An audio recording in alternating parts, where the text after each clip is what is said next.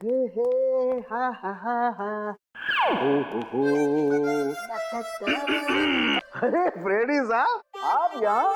मुझे छोड़िए सालुंके साहब, आप बताइए आप इतने खुश क्यों हैं? अरे यार वो बात ये अरे पर जाने दे ना यार, तुझे क्या मतलब है, जाने दे। अरे ऐसे कैसे जाने दूं? आपके खिले हुए चेहरे का राज तो मैं जानकर ही रहूंगा। आप बताते हैं या मैं एसीपी साहब को फोन कर? एसीपी साहब को बीच में क्यों ला रहा बेटा? अच्छा फ्रेडी, मैं अपने राज की बात तुझे बता सकता हूँ, लेकिन एक शर्त है। तू ये बात एसीपी प्रद्युमन को नहीं बताएगा।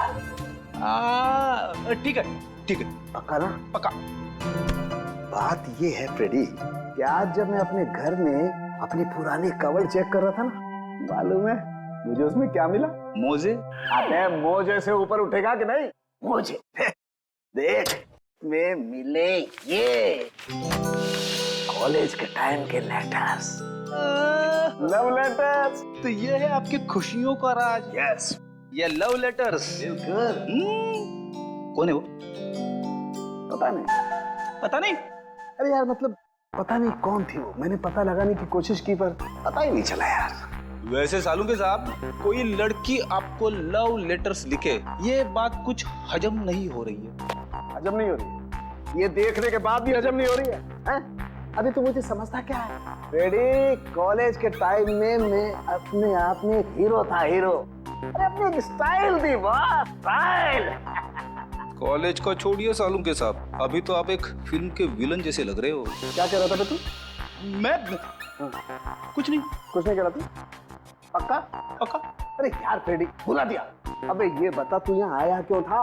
अरे सालुंके साहब, मैं भी भूल गया था। एसीपी साहब ने पोस्टमार्टम की रिपोर्ट मंगवाई है। अरे यार ये एसीपी प्रद्युमन हमेशा घोड़े पे सवार क्यों रहता है यार? बोला था ना करता हूँ अभी, टाइम लगता है फ्रेडी। सालुंके साहब, आज आप अकेले हैं क्या? तारिका दिख नहीं रही है। अरे तारिका को मैंने जरा काम से भेजा यार। वैसे तुझे क्या मतलब है तारिका से?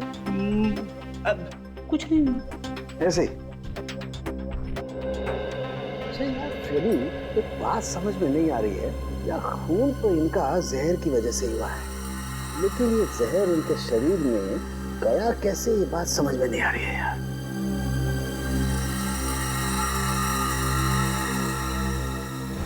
माय गॉड, ये क्या है?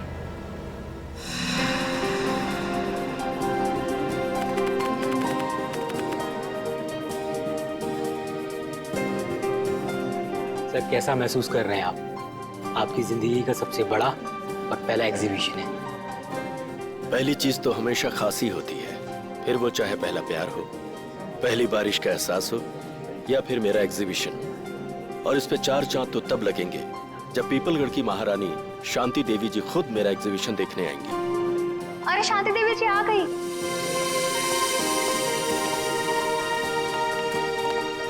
शांति देवी जी नमस्ते। मैं आपका बहुत आभारी हूँ जो आपने इस छोटे कलाकार के लिए अपना कीमती वक्त निकाला। कलाकार कभी छोटा नहीं होता मुकेश जी, और वैसे भी हमें कलाओं से हमेशा से ही लगाव है। आपकी एग्जीबिशन देखते हैं? जी जरूर, आइए। शांति देवी हाय हाय, शांति देवी हाय हाय, शांति देवी हाय हाय। हमारे खिलाफ नारे लगा रहे कि किसकी हिम्मत? वीरेंद्र जा उन्हीं मार दो। महारानी जी कैसी बातें कर रही हैं आप? हमारे देश में लोकतंत्र है, डेमोक्रेसी, ऐसे कोई कैसे किसी पर गोलियां चलवा सकता है? हम जानते हैं, इसीलिए अब हम यहाँ एक पल भी नहीं रुकेंगे। शांति देवी जी सुनिए तो। आपने क्या हमें यहाँ अपमानित करने के लिए बुलाया था मुकेश जी? आप फिक्र मत कीजिए, मैं उनको जाकर रोकता हूँ। इसका प्रबंध तो पहले कर लेना चाहिए था आपको। अब हम यहाँ बिल्कुल नहीं रुकेंगे। महारानी जी आप इस तरह से नहीं जा सकती। याद है ना आपको, हमने मीडिया से वादा किया, आज आपकी प्रेस कॉन्फ्रेंस है। प्रेस कॉन्फ्रेंस कैंसिल कर दो। महारानी जी आप ऐसा नहीं कर सकते। अखबार और मीडिया वाले पहले ही आपसे खफा हैं। अगर ये प्रेस कॉन्फ्रेंस कैंसिल कर दी तो उन्हें एक और मौका मिल जाएगा आपके खिलाफ बोलने का। ठीक है,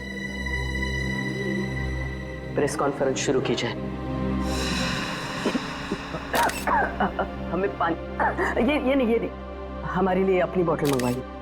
देखिए, अब आप लोग एक एक करके अपने सवाल पूछ सकते हैं, पर ध्यान रहे महारानी जी यहाँ सिर्फ 15 मिनट के लिए, उसके बाद इन्हें एक जरूरी मीटिंग में जाना, तो फिर देरी किस बात की? हाँ तो शांति देवी जी, मैं आपसे ये पूछना चाहती हूँ कि जब आपके पति यानी कि पीपलगढ़ के महाराजा चंद्रशेखर जी आपके लिए अरबों खरबों की संपत्ति वैसे भी छोड़ चुके हैं, तो फिर आपने मुंबई वाली जमीन का सौदा क्यों किया? जमीन हमारी थी, हमें लगा कि बेचनी चाहिए, तो हमने बेच दी। पर उन लोगों का क्या जो जमीन से बने चौल में रह रहे हैं? उनका तो पूरा का पूरा परिवार सड़क पे आ जाएगा ना। तो इसमें हम क्या कर सकते हैं? हमने तो उन्हें नहीं कहा था कि हमारी जमीन पे आके रहें। महारानी शांति देवी जी, क्या ये बात सच है कि मोहल्ले में रहने वाले लोग आपके फैसले से नाराज होकर आपको धमकी भर चिट्ठियां लिख रहे हैं? हाँ, उन्होंने हमें जान से मारने की धमकी दी है, लेकिन हम ऐसी धमकियों से नहीं डरने वाले। अगर आज हमारा राज होता तो ऐसी गुस्ताखी करने वाले लोगों को कब का हाथी के पैरों तले कुचल दिया होता।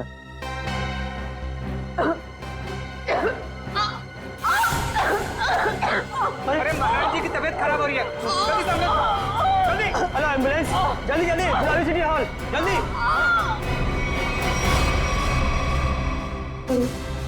अरे महारानी जी तो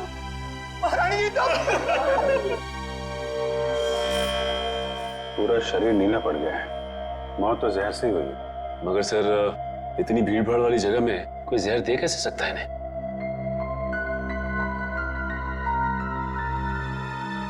मिस्टर अनिकेत, आप रानी साहिबा के पिए हैं ना? जी सर। रानी साहिबा ने यहाँ आने से पहले कुछ खाया पिया था क्या? जी सर, महारानी जी ने सुबह हमेशा की तरह बाल्मी होटल में जूस पिया और हल्का सा नाश्ता किया। उसके बाद यहाँ आकर ये पानी पिया जो इन्होंने दिया था। नहीं साहब, मैंने कुछ नहीं किया, इसमें मिनरल वाटर था। मैं भला क्या कर सकता हूँ साहब? क्या वो तो पता चल जाएगा।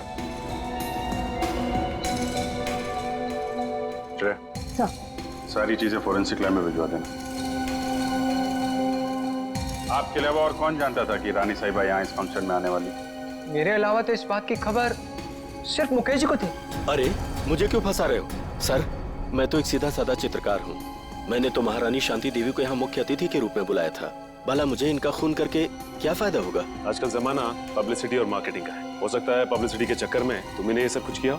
सर, मुझे ऐसी पब्लिसिटी की कोई जरूरत नहीं है, और वैसे भी इनको मारने से सबसे ज्यादा फायदा उन लोगों को होता जो एग्जीबिशन के बाहर इनके खिलाफ नारे लगा रहे थे। नारे लगा रहे? जी। कौन लोग थे? दरअसल महारानी जी ने अपनी एक मुंबई वाली जमीन का हाल ही में सौदा किया था, जिसकी वजह से उस मोहल्ले में रहने वाले कई लोग अपने घरों से बेघर हो गए थे। तो आपको लगता है कि ये काम उनमें से किसी ने किया है?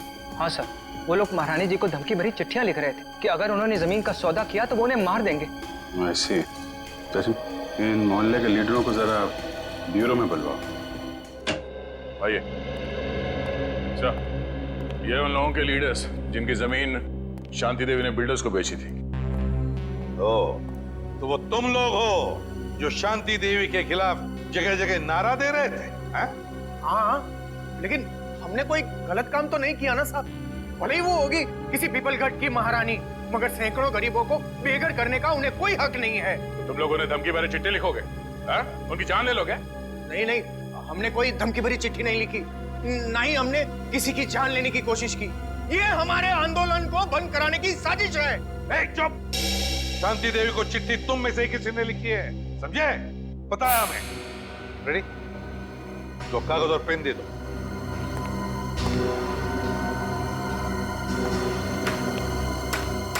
इसका हम क्या करेंगे? अपना नाम और पता लिखो। साहब, मैं तो अपना नाम भूल गया साहब। क्या? खुद का नाम भूल गए? ठीक है, मेरा नाम लिखो। फ्रेडी, 305 सुख शांति बिल्डिंग, मलाड वेस्ट। अरे मुंह क्या देख रहे हो? लिखो, मलाड वेस्ट। मैं क्या हो गया? तुम भी अपना नाम भूल गए क्या? नहीं, याद है। तो लिखो। तुमने अभी तक कुछ लिखा नहीं। मैं तो अंगूठा छाप हूँ, मुझे लिखना पढ़ना नहीं आता। अच्छा, अंगूठा छाप हो? जी। सुंदर नाम है ना तुम्हारा? जी साहब। पेशे से तुम एक जर्नलिस्ट हो, बीए किया है तुमने, और कई सालों से अपने मोहल्ले में 5वीं कक्षा से लेके 10वीं तक के बच्चों को क्लासेस देते हो। ये सब बिना पढ़े लिखे किया तुमने? क्यों? जी साहब, मैंने इस कुलदीप के कहने पे किया, फंसा दिया ना मुझे। अरे अरे अरे अरे एक मिनट, मैं बताता हूँ ये दरवाजा कैसे खोलता है। बट आ जा इधर, बता क्यों किया तूने ये सब? हाँ बोल। हाँ, शांति देवी को धमकी भरी चिट्ठियां मैंने ही लिखवाई थी, पर मैं क्या करता? जब मैंने उन्हें अपने साथियों की तकलीफ बताई तो उल्टा उन्होंने हमारा ही अपमान कर दिया। कहने लगी कि चाल में रहने वालों से तो कीड़े मकोड़े अच्छे। ये सुनकर मेरा खून खौलने लगा, उबलने लगा मेरा खून। और खून इतना उबला कि तुमने खून ही कर दिया शांति देवी का, है?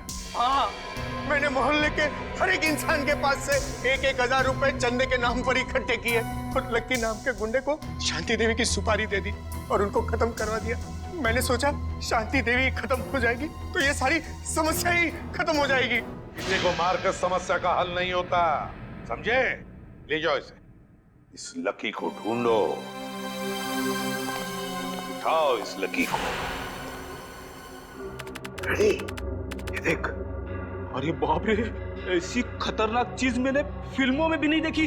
मुझे यकीन ही नहीं हो रहा ये सच है या सपना। मैंने जिंदगी में इतनी पोस्टमार्टम किए, इतनी लाशें काटी, लेकिन ऐसा तो मैंने पहले कभी नहीं देखा। This is impossible। ये यहाँ कैसे? यार, शांति देवी ने आर्ट एग्जीबिशन में इन चीजों को हाथ लगाया, इन चीजों को हाथ लगाया था। एक मिनट, रेडी, जरा वो कैन देना। ये वाला। हाँ, ये।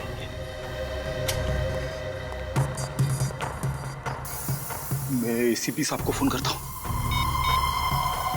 एसीपी साहब, जल्दी से फॉरेंसिक लैब में आइए, बहुत बड़ी गड़बड़ हो गई है। कमाल है, इसमें से तो किसी भी चीज का रंग नीला नहीं पड़ा। तो फिर ये इनके गले में आया कैसे?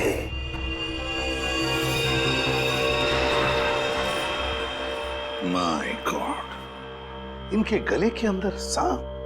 बॉस, अपने सीआईडी के कैरियर में बहुत कुछ देखा, बहुत कुछ सुना, बस यही बाकी रह गया था। लोग तो सांप के जहर से मरते हैं, लेकिन इनके तो गले में मरा हुआ सांप। वही तो एन गजब की पहली। ना जानकी देवी के खाने में सांप का जहर था, ना इनके शरीर पर कहीं पर भी सांप के डसने के निशान नहीं, और फिर भी एक सांप मिलता है इनके शरीर के अंदर, मरा हुआ सांप। सर, कहीं इन्होंने लंच में सांप तो नहीं खा लिया? नहीं फ्रेडी, नहीं। जरूर किसी ने किसी न किसी तरीके से, धोखे से इनके शरीर के अंदर एक सांप डाल दिया, सांप का जहर डाल दिया है, धोखे से। सर, उन किराएदारों ने बताया था कि उन्होंने शांति देवी को मारने की सुपारी लक्की को दी थी। लक्की? तो फिर अब लक्की ही बताएगा कि शांति देवी के शरीर में उसने सांप डाला कैसे। क्या बात है बॉस, आप इतने परेशान क्यों? अरे राघव, घबराओ नहीं तो क्या करूं? सीआईडी वालों को लग रहा है कि शांति देवी का खून मैंने किया। मतलब शांति देवी का खून आपने नहीं किया? अरे मेरा दिमाग इतना खराब नहीं है राघव कि इतनी बड़ी हस्ती को मारने के बारे में ना सोचूंगा। मैंने तो सोचा था सिर्फ सुपारी के पैसे ले लूंगा और उन्हें मारूंगा नहीं, लेकिन मुझे क्या पता था कि वो सचमुच मारी जाएंगी और मैं फंस जाऊंगा। लेकिन सीआईडी तो यही सोच रही है कि खून आपने किया है। हाँ यार, इसलिए तो मैं ये देश छोड़कर जा रहा हूँ, और तुम लोग को भी जैसे मौका मिले ऐसी जगह चंपत हो जाओ जहाँ सीआईडी का हाथ तुम लोग तक न पहुंच पाए। बॉस, वो सब तो ठीक है, पर हमारा हिस्सा? अरे उसके बारे में तो मैंने कुछ सोचा ही नहीं। इतना काफी है कि तुम लोग रख लो। इतने सालों की वफादारी का ये इनाम। अब ये भी ले लो। इतना काफी है ना, बस। बहुत ज्यादा लालच नहीं। ये मत भूलो कि मैं तुम लोग का बॉस हूँ। बॉस हो नहीं थे। क्या मतलब? मतलब ये कि अब हम तुम्हें इनाम देंगे और इसके बाद तुम्हें सीआईडी से कोई खतरा नहीं होगा। क्या कर रहे हो तुम लोग? तुम्हारा दिमाग तो ठिकाने पर है। सुनो, तुम ये पैसे आपस में बांट लो और किसी सुरक्षित जगह जाके छुप जाओ। क्या तुम्हें पैसे नहीं चाहिए थे राघव? पैसे बहुत है मेरे पास। मैं तो सिर्फ इतना चाहता हूँ कि शांति देवी के खून का केस तुम्हारी मौत के साथ बंद हो। मेरे साथ इतना बड़ा धोखा किया तुमने। कोई अपनी जगह से नहीं लेगा। सीआईडी, खून डालो इन्हें।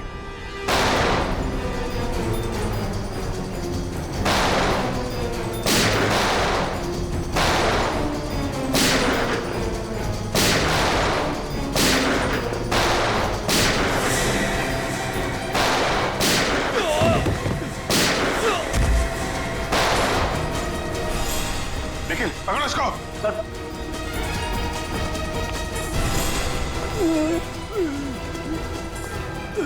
सर ये तो लकी है सर। गोली मारी गई है।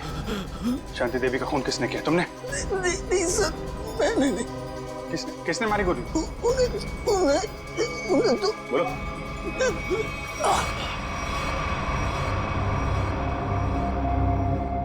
ये तो मर गया। सर लगता है शांति देवी जी के खूनी ने इसका भी खून कर दिया ताकि हमें कुछ बता ना सके।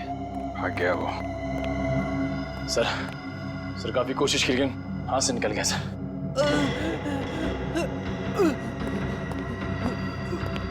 ये तो जिंदा है। सचिन, एम्बुलेंस को फोन करो जल्दी। इससे हमें काफी कुछ पता चल जाएगा।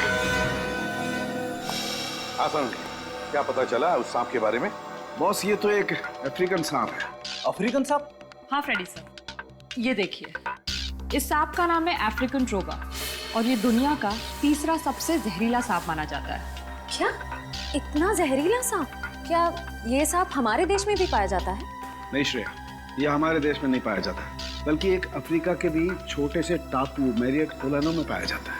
सर शायद शांति देवी अफ्रीका के इस टापू मैरियट ओलानो गई होगी और शायद वहाँ का पानी इन्होंने पिया होगा और पानी में सांपों के अंडे होंगे जो इनके पेट में चले गए होंगे और अंडों से सांपों के बच्चे निकले होंगे। उनमें से एक बच्चा इनके गले तक आ गया होगा और इन्हें काट लिया होगा। बोल बोल सारुण के बोल। नहीं फ्रेडी, ऐसा नहीं हो सकता है। नहीं ना, देखो, इंसान के पेट में HCl नाम का एसिड होता है जो बड़ी से बड़ी चीज को भी बहुत जल्दी पचा देता है। यहाँ तक कि ये एसिड लोहे के टुकड़ों को भी बहुत जल्दी गला देता है। एग्जैक्टली। इसलिए अगर इस तरह के अंडे शांति देवी के पेट में चले भी गए होते तो बस कुछ ही घंटों में नष्ट हो जाते। मतलब किसी अलग तरीके से वो सांप शांति जी के गले में गया। हाँ बॉस, और गया भी पिछले 24 घंटे के अंदर अंदर है। 24 घंटे के अंदर? सर पिछले 24 घंटों में तो शांति देवी उस होटल में ही थी। हाँ, पिछले 24 घंटे तो शांति देवी होटल बाल्मी में ही थी। तो फिर इस सांप का राज भी उसी होटल बाल्मी में खुलेगा। होटल बाल्मी में। हाँ अभिजीत, अच्छा उस गुंडे को होश आ गया? अच्छा नाम बताया उसने उस गुंडे का जो भाग गया वो? राघव। राघव।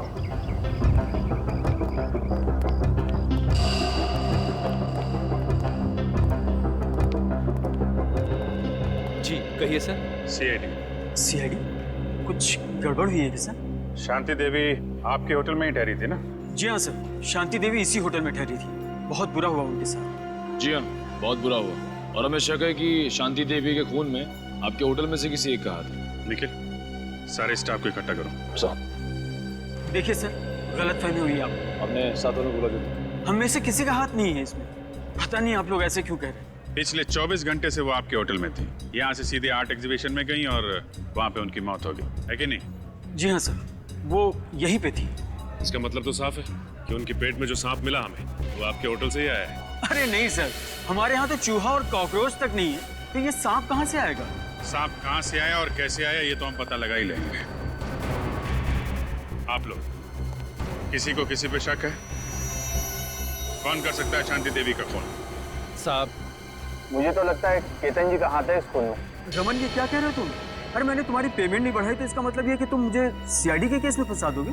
पेमेंट की बात नहीं है साहब, मगर आपने शांति जी के लिए नया लॉन्ड्री वाला क्यों रखा है? अरे मैं क्यों रखूंगा? मैंने किसी लॉन्ड्री वाले को नहीं रखा। एक मिनट, कोई नया लॉन्ड्री वाला आया था यहाँ पे? हाँ साहब, कल रात 9:30 बजे मैंने उसे शांति जी के कमरे में जाते हुए देखा था। जरा देखो, वो आदमी ये तो नहीं था? नहीं साहब, ये वो नहीं है जिसे मैंने शांति जी के कमरे में जाते हुए देखा था। इसे मैंने पार्किंग लॉट में देखा था। पार्किंग? मतलब राघव के साथ कोई और भी मिला है शांति देवी के खून में? उस आदमी ने लॉन्ड्री वाले के कॉस्ट्यूम पहन रखी थी। हाँ साहब। अपना लॉन्ड्री रूम दिखाइए। Please sir. ये रहा हमारा लॉन्ड्री रूम। ये पार्थो है, पिछले 5 सालों से हमारे इस होटल में काम कर रहा है। पार्थो, ये सीआईडी वाले। सीआईडी? पार्थो, शांति देवी का खून हो गया मालूम है ना तुम्हें? साहब, उस खून में मेरा कोई हाथ नहीं है साहब। अरे भाई, वो सब हमें पता है कि तुमने खून नहीं किया। ये बताओ कि किसी नए लॉन्ड्री वाले को देखा क्या होटल में तुमने? हाँ साहब, एक आया था पर आज वो काम पर नहीं आया। शायद आप ही ने तो उसे काम पर रखा था साहब। पार्थो, ये कैसी बात कर रहे हो? इससे पहले मैंने किसी भी नए आदमी को अगर यहाँ पे रखा है तो सबसे पहले तुम लोगों से मिलवाया है। ना मैंने मिलवाया है और ना ही सर मैंने किसी को रखा है यहाँ पे। वो आदमी दिखता कैसा था? साहब, आदमी तो बहुत लंबा चौड़ा था, पर उतना ही आलसी। रानी साहिबा के अलावा किसी भी कमरे की चादर बदली नहीं किया साहब उसने।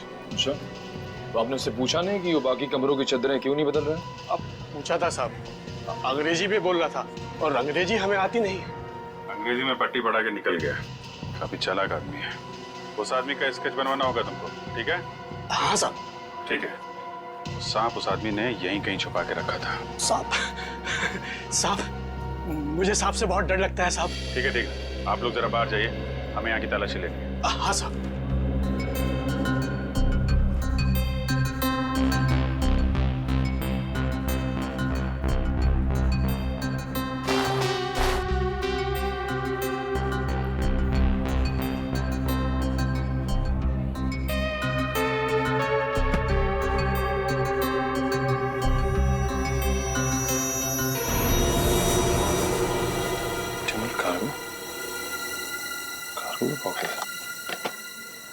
सर, बॉक्स में है सर। Optimal cargo? क्या लाया गया इसमें? और तो ये इस डिब्बे के बारे में जानते हो? नहीं साहब। आप पहचानते हैं इस डिब्बे को? नहीं सर, इस बॉक्स को इससे पहले मैंने कभी नहीं देखा। स्प्रे निकालना सचिन।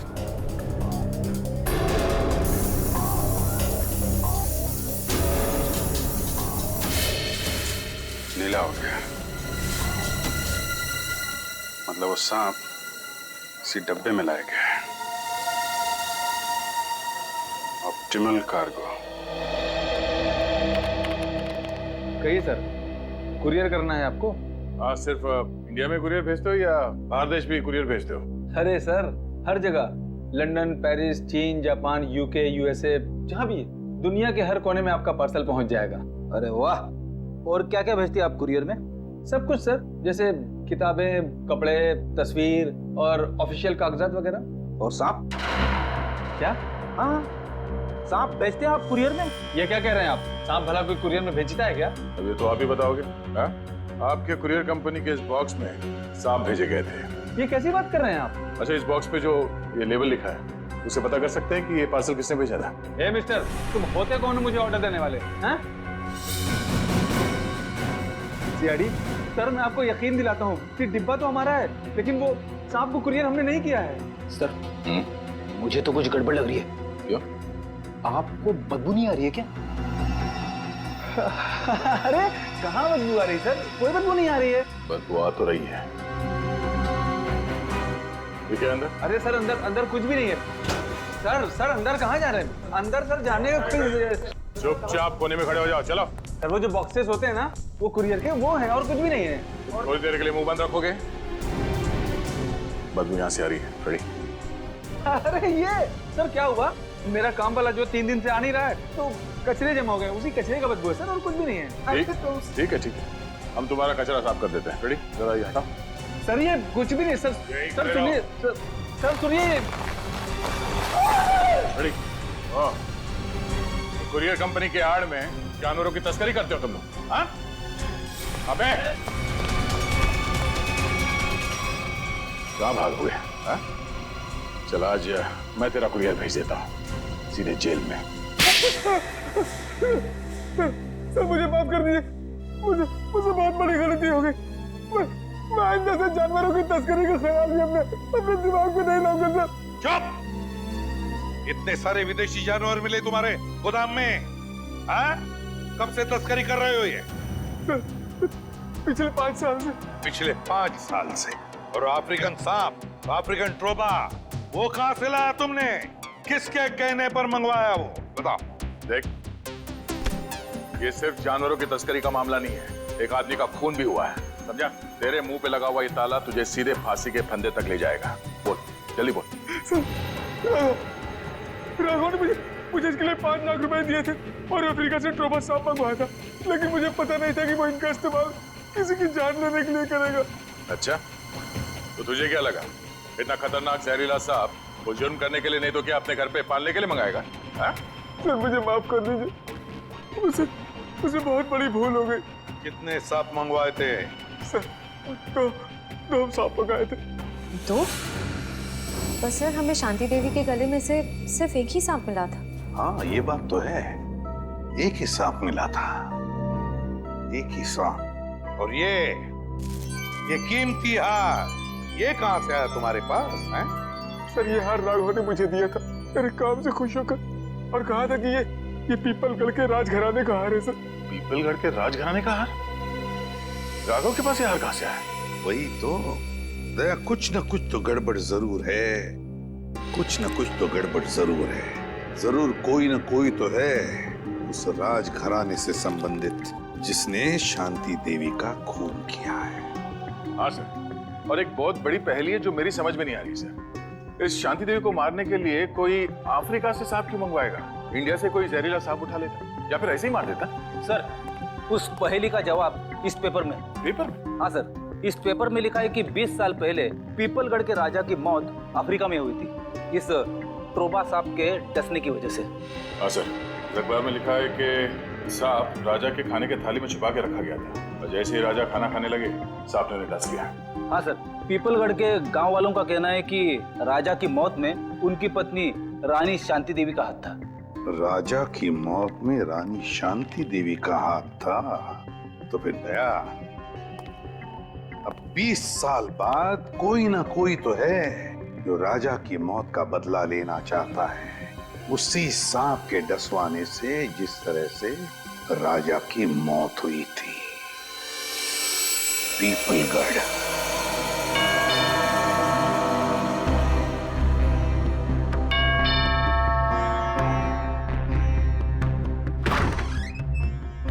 आप लोग? हम लोग सीआईडी से हैं। शांति देवी की मौत के सिलसिले में हम कुछ पूछताछ करने आए। अरे वाह सर, कितनी आलीशान हवेली है। राजे महाराजाओं की ठाट की बात तो कुछ और ही है। क्या नाम क्या है तुम्हारा? जी, मुरारी लाल। मुरारी लाल, एक बात बताओ, हमने सुना है कि राजा साहब की मौत में रानी साहिबा का कुछ हाथ था, क्या इस बात में कोई सच्चाई है? क्या लगता है तुम्हें? कुछ पक्का तो नहीं कह सकते साहब, लेकिन कहीं ना कहीं इस बात में कुछ ना कुछ सच्चाई तो जरूर है। बिना आग के धुआं नहीं उठता साहब। तुम्हारे हिसाब से यहाँ की रानी के पास कोई ठोस वजह थी राजा का खून करने की? जी हाँ साहब, राजा साहब की मौत के बाद सारी दौलत, सारी जायदाद रानी साहिबा की हो गई थी। इससे बड़ी और क्या वजह हो सकती है राजा साहब को अपने रास्ते से हटाने की? क्यों, दोनों को कोई औलाद नहीं थी क्या? नहीं साहब, इसी बात का तो दुख है कि राजा साहब के बाद इस वंश को चलाने वाला और कोई नहीं है। क्या हुआ था? सर, जरा ये पेंटिंग देखिए। होटल में उस लॉन्ड्री वाले का जो स्केच बनवाया था, वो स्केच इस पेंटिंग से मिलती जुलती है सर। ये देखिए। हाँ, लगता तो वही चेहरा है, सिर्फ इस स्केच में इस दाढ़ी की कमी है। ये तो राजा साहब की तस्वीर है, इन्हें मरे हुए तो बरसों बीत गए। अगर ये राजा साहब की तस्वीर है तो फिर हो सकता है ये स्केच राजा साहब के बेटे का है। नहीं, उनकी कोई संतान नहीं थी। पता नहीं क्यों मुझे लग रहा है कि ये हमसे कुछ छुपा रहा है। अरे नहीं साहब, मैं भला आप लोगों से कुछ क्यों छुपाऊंगा? देखो मुरारी लाल, तो कोई दूध के धुले नहीं हो। अगर यही बात होती तो तुमने अपना शक बोल के क्यों नहीं दिखाया पुलिस वालों को कि राजा साहब की मौत में शायद रानी साहब का हाथ है? साहब, हम इस हवेली के नौकर हैं। नमक खाया हमने, जान दे देते, पर उन पर कोई आँच नहीं आने देते। तुम नमक का हक अदा करने की कोशिश तो नहीं कर रहे हो अपने राजा के बेटे को बचाने की? मैंने कहा ना, उनका कोई बेटा नहीं है।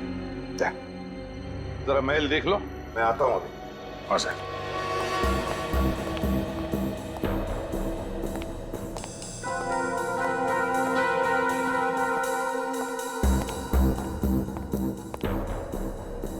नमस्ते साहब, मेरा नाम शंभू है साहब। आप यहाँ रानी शांति देवी की खूनी की तलाश में आए हैं? हाँ, तुम जानते हो शांति देवी का खून किसने किया है? नहीं साहब, इतना तो मुझे नहीं मालूम, लेकिन इतना जरूर मालूम है साहब कि मुरारी आपसे झूठ बोल रहा है साहब। मुरारी झूठ बोल रहा है? कैसा झूठ? यही कि राजा साहब की कोई संतान नहीं है। उनका एक बेटा है, विक्रमजीत, उनकी पहली पत्नी विजया देवी से। विक्रमजीत? पहली पत्नी विजया देवी से? तो राजा साहब ने शांति देवी के साथ कब शादी की? उनकी पहली पत्नी विजया देवी की मौत के बाद विक्रमजीत दूसरी शादी शांति देवी से कर ली साहब। अच्छा शंभू, ये विक्रमजीत है कहाँ पर? हो सकता है विक्रमजीत ने खून किया हो शांति देवी का, है ना? नहीं साहब, विक्रमजीत तो पहले ही मर चुके हैं साहब। हाँ साहब, हम दोनों एक उम्र के थे साहब, बचपन में साथ खेला करते थे साहब। जब अफ्रीका से राजा साहब की मौत की सूचना आई, उसके कुछ दिन बाद मुरारी विक्रमजीत को नदी किनारे ले गए शांति देवी के कहने पर। और मुरारी ने विक्रमजीत को मार डाला है? जी साहब, उसने कहानी बना दी कि विक्रमजीत खेलते खेलते नदी में डूब गया। अच्छा, तो विक्रमजीत की लाश नहीं मिली? नहीं साहब, लाश तो नहीं मिली। जरूर मुरारी ने लाश को ठिकाना लगा दिया होगा साहब। मुरारी उनका खास आदमी था साहब, उनकी हर बात मानता था साहब।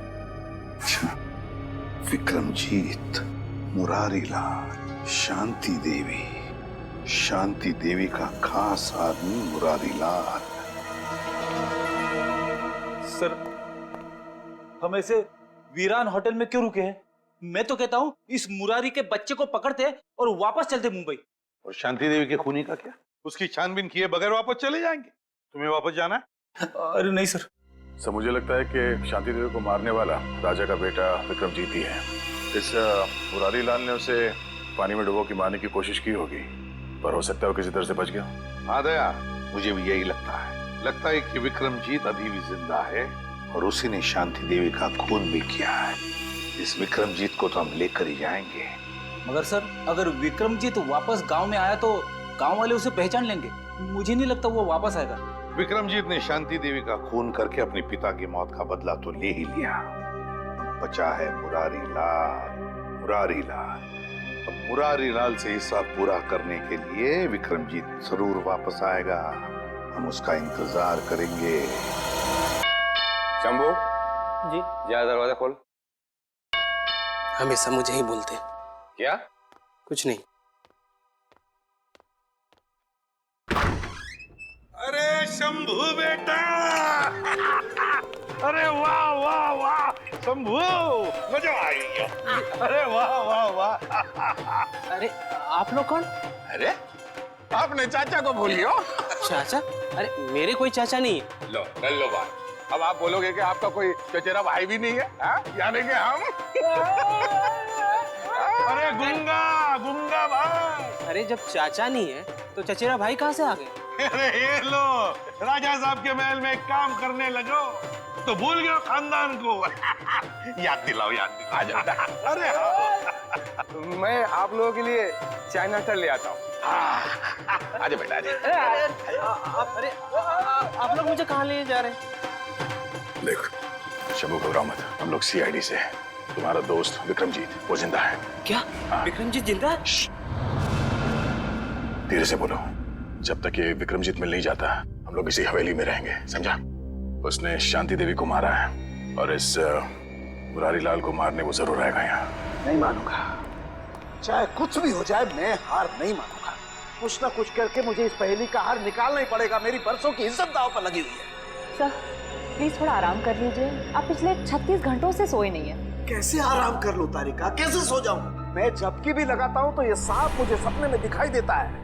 चलिए सर, शुरू से शुरू करते हैं। हाँ, ये सांप अगर होटल से ही शांति देवी के गले में था तो फिर इसने एग्जीबिशन में आकर ही क्यों काटा इन्हें? एग्जैक्टली। इसका मतलब क्या? इसका मतलब कोई तो था तारिका, कोई तो था जो उस सांप को कंट्रोल कर रहा था कि वो सही वक्त देखकर शांति देवी पे हमला करे, जबकि उसके हिसाब से लोहा एकदम गर्म था। और एक बात सर, खूनी ने अगर इस सांप को शांति देवी के गले में तब डाला होता जब ये जाग रही थी तो ये तो बहुत हल्ला मचाती, जरूर अपने आप को बचाने की पूरी कोशिश करती। बिल्कुल कोशिश करती। इसका मतलब जब शांति देवी पे हमला हुआ, शांति देवी सो रही थी। शांति देवी सो रही थी और क्या? हाँ, और शायद गॉड। क्या सर? ओह माय गॉड, और शायद ये सांप भी सो रहा था। सांप सो रहा था मतलब? मिल गया तारिका, मिल गया। मुझे इस समस्या का हल मिल गया। मुझे भी बताइए ना सर। बताता हूँ। देखो तारिका, ये सांप एक रेप्टाइल है, जमीन पर रेंगने वाला जंतु। रेप्टाइल्स कोल्ड ब्लडेड एनिमल होते हैं, शीत रक्तधारी जंतु। ये मौसम के हिसाब से अपने शरीर का तापमान बदल नहीं सकते हैं, और इसलिए जब बहुत ज्यादा ठंड होती है ये सांप हाइबरनेशन में चले जाते हैं, शीत निद्रा में चले जाते हैं। ओह गॉड, इसका मतलब सर खोने ने जानबूझकर इस सांप को ठंडी जगह पे रखा। बिल्कुल, ताकि वो हाइबरनेशन में चले जाए। यस। पर सर, अगर ये सांप भी सो रहा था और शांति देवी भी सो रही थी, तब भी अपना सवाल तो वही का वही है कि ये सांप शांति देवी के खाने की नली तक पहुंचा कैसे? खाने की नली तक पहुंचा कैसे? एक मिनट, ये सांप शांति देवी की खाने की नली तक पहुंचा कैसे तारिका? ये शायद हमें इस सांप की चमड़ी बताएगी। एक मिनट, एक मिनट।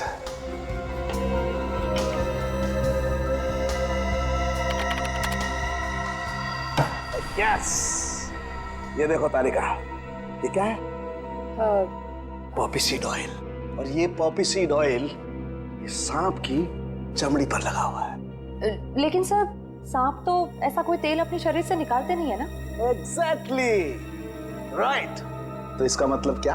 इसका मतलब ये कि ये पॉपी सीड ऑयल नेचुरल तरीके से, प्राकृतिक रूप से इस सांप की चमड़ी पर नहीं आया है तारिका। किसी ने जानबूझकर ये पॉपी सीड ऑयल इस सांप की चमड़ी पर लगाया है तारिका, ताकि ये सांप एकदम स्मूथ हो जाए और आराम से शांति देवी के फूड पाइप में जाकर के बस जाए। और जब ये सांप शांति देवी के फूड पाइप में जाके बस गया तो इनके खाने की नली की गर्मी की वजह से ये सांप जाग गया, और जाग कर इसने शांति देवी के फूड पाइप के अंदरूनी हिस्से में डस लिया, जिसकी वजह से शांति देवी की मौत हो गई।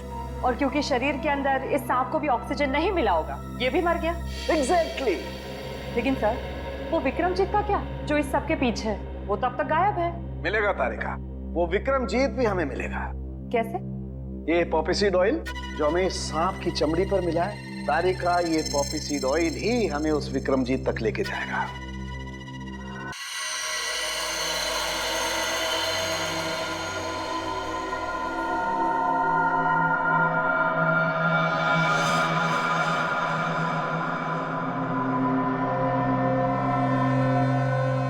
सर, सर, हाँ, क्या हम लाइट चालू रखकर विक्रमजीत पर नजर नहीं रख सकते? क्यों फ्रेडी, अंधेरे से डर लग रहा है क्या? अरे बिल्कुल नहीं सर, मैं तो विक्रमजीत को पकड़ने के लिए बड़ा बेताब हो रहा हूँ। ये तो बर्तन गिरने की आवाज है, लगता है वो आ गया था। सर, आवाज किचन की तरफ से आ रही है।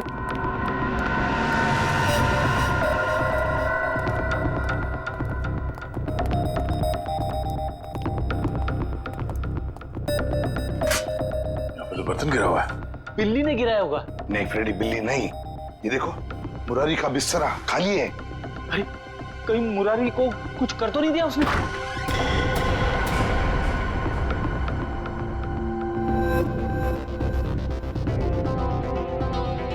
सर, ये तो अकेला है।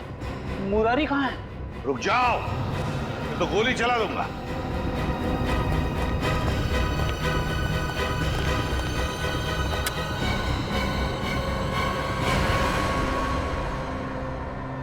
मुरारी लाल कहाँ जाने की तैयारी थी? हवेली छोड़ के जा रहा हूँ साहब, हमेशा हमेशा के लिए। क्यों, डर तो नहीं लग रहा था कि विक्रमजीत तुम्हें मार न दे? तो विक्रमजीत के बारे में आप लोगों को पता चल ही गया। हाँ, सीआईडी वालों से सच कभी छुपता नहीं, समझे? सीआईडी वाले? मतलब आप शंभू के रिश्तेदार वाले नहीं हो, सीआईडी वाले हो? हाँ, सीआईडी वाले। क्यों, कहाँ है विक्रम? विक्रमजीत कहाँ है? आप लोगों को सच तो मालूम पड़ गया, लेकिन आधा अधूरा। मैंने राजकुमार विक्रमजीत को नहीं मारा, बल्कि उसकी जिंदगी बचाई। मैंने पाल पोस के उसको बड़ा किया, उसे रानी शांति देवी की नजरों से बहुत दूर रखा, ताकि रानी शांति देवी को यह पता न चले कि राजकुमार जिंदा है। अगर उसे ये पता चल जाता तो उसे मारने में कोई कसर नहीं छोड़ती। इस वक्त विक्रमजीत कहाँ है? नहीं, मैं जान दे दूंगा, लेकिन आप लोगों को भी नहीं बताऊंगा। सच बता, देखते हैं। आसाड़ के पता जल्दी। यार ये तो हमें भी पता है कि विक्रमजीत ने खून किया है, कुछ नई बात बता। Poppy seed oil, oh poppy seed oil, good work Shalunkhe, कभी कभी अच्छा काम करता है तो थैंक यू। अब हम पहुंच जाएंगे विक्रमजीत के पास। मैं जानता हूँ सीआईडी तुम्हारे पीछे। पर बॉस आपको कैसे पता चला? ये लो, इसमें 5 लाख रुपए हैं और तुम्हारा नकली पासपोर्ट। आज शाम को 6 बजे की फ्लाइट है, लंदन निकल जाओ। शुक्रिया बॉस। अरे पैसे तो गिन लो। क्या बॉस, आप भी?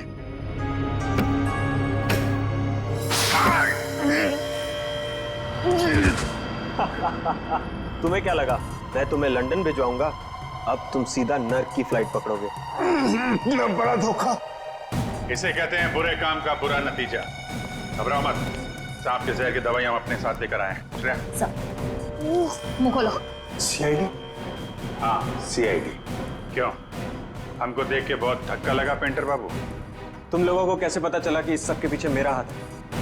क्योंकि सांप के ऊपर तुमने पॉपीसीड ऑयल छोड़ दिया था, और पॉपीसीड ऑयल का इस्तेमाल एक पेंटर के अलावा और कौन कर सकता है? अब जरा अपना असली चेहरा तो दिखाओ मुकेश उर्फ विक्रमजीत। बताओ पीपलगढ़ के राजकुमार विक्रमजीत, अपनी माँ का खून क्यों किया तुमने? माँ नहीं थी वो मेरी, सौतेली माँ थी, जिसने पैसों के लिए मेरे पिता राजा चंद्रशेखर जी को तड़पा तड़पा कर मार दिया। और इसीलिए तुमने शांति देवी को भी उसी तरह मारा, तड़पा तड़पा के? हाँ, उसके गुनाह की यही सजा थी जो मैंने उसे दी। उसने मेरे पिता को ही नहीं मारा, बल्कि मुरारी के हाथों मुझे भी मरवाना चाहा। सजा देने का हक तुम्हारा नहीं, कानून का है। यही बात होती तो तुम कानून की मदद ले सकते थे। उसने मेरे पिता को मारा था, इसलिए उसे भी मारने का हक सिर्फ मुझे ही था। तुम्हारे मुकेश बनने के पीछे क्या मकसद था? मैं शांति देवी को अपनी आंखों के सामने मरता हुआ देखना चाहता था, इसलिए मैंने मुकेश का रूप लिया और वो आर्ट एग्जीबिशन रखकर उनको न्योता भेजा। फिर तुमने दीपक को 5 लाख रुपए दिए और अफ्रीका से वो जहरीला सांप मंगवाया, और फिर खुद एक लॉन्ड्री बॉय बनकर शांति देवी के कमरे में गए और पॉपी सीड ऑयल के जरिए वो सांप शांति देवी के गले में उतार दिया।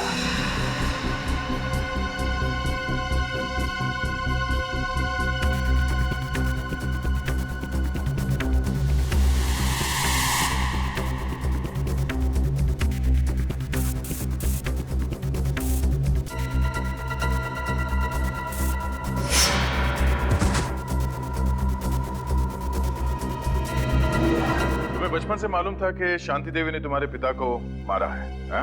तो फिर तुमने इतने सालों तक इंतजार क्यों किया और यही समय क्यों चुना शांति देवी का खून करने के लिए? क्योंकि मुझे सही समय का इंतजार था। सही समय का इंतजार, और तुम्हारा सही समय आ गया जब शांति देवी ने अपनी मुंबई की प्रॉपर्टी 300 करोड़ में बेच दी। विक्रमजीत, तुम्हें बदला नहीं चाहिए था, तुम्हें चाहिए था 300 करोड़ और वो सारी जायदाद, है ना? 300 करोड़ बहुत बड़ी रकम होती है, पर आपको ये कैसे पता चला? इस फाइल के जरिए।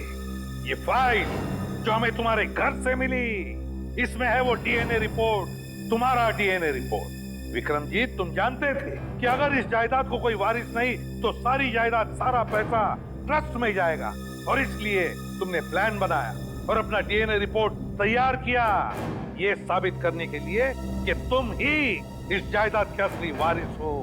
पर अफसोस, वो 300 करोड़ की लालच, वो जायदाद की लालच तुम्हें राजगद्दी पर नहीं, फांसी के फंदे पर ले जाएगी।